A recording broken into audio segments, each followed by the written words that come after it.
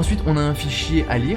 Et en fait, quand on l'ouvre, tout simplement, vous retrouvez les différentes règles de la clé USB avec les différentes sortes de fichiers que vous pouvez tout simplement partager ou ne pas partager sur cette clé USB, ainsi que les différents moments, je crois, où le gérant viendra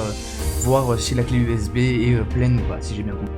Et pour finir, on a un petit fichier avec marqué gagnant, où vous retrouvez la liste de noms et prénoms. Je pense que ça doit avoir un rapport avec le fichier que je vous ai caché, parce que tout simplement, il y a marqué rendez-vous à la prochaine étape, donc je pense que ça doit être un rapport avec l'énigme qu'il y a dans le premier fichier tout simplement. On va s'arrêter là pour l'analyse de cette clé USB, tout simplement parce que je pense qu'on a vu l'intégralité de ce qu'on pouvait trouver sur ce dead drop. En revanche, si ça vous intéresse, on peut faire une deuxième partie sur la recherche de la deuxième clé USB, parce que je crois qu'il y a la localisation d'une autre clé USB, donc si ça vous intéresse, n'hésitez pas à me le dire dans les commentaires. Si vous voulez une deuxième partie plus approfondie sur l'analyse de cette clé USB, où on regarde un peu plus ce qu'il y a comme type de bouquin, voir les types de formations et informer peut-être les personnes qui ont fait ces formations que se sont retrouvées sur des dead drops, ça pourrait être marrant. N'hésitez pas à me le dire également dans les commentaires.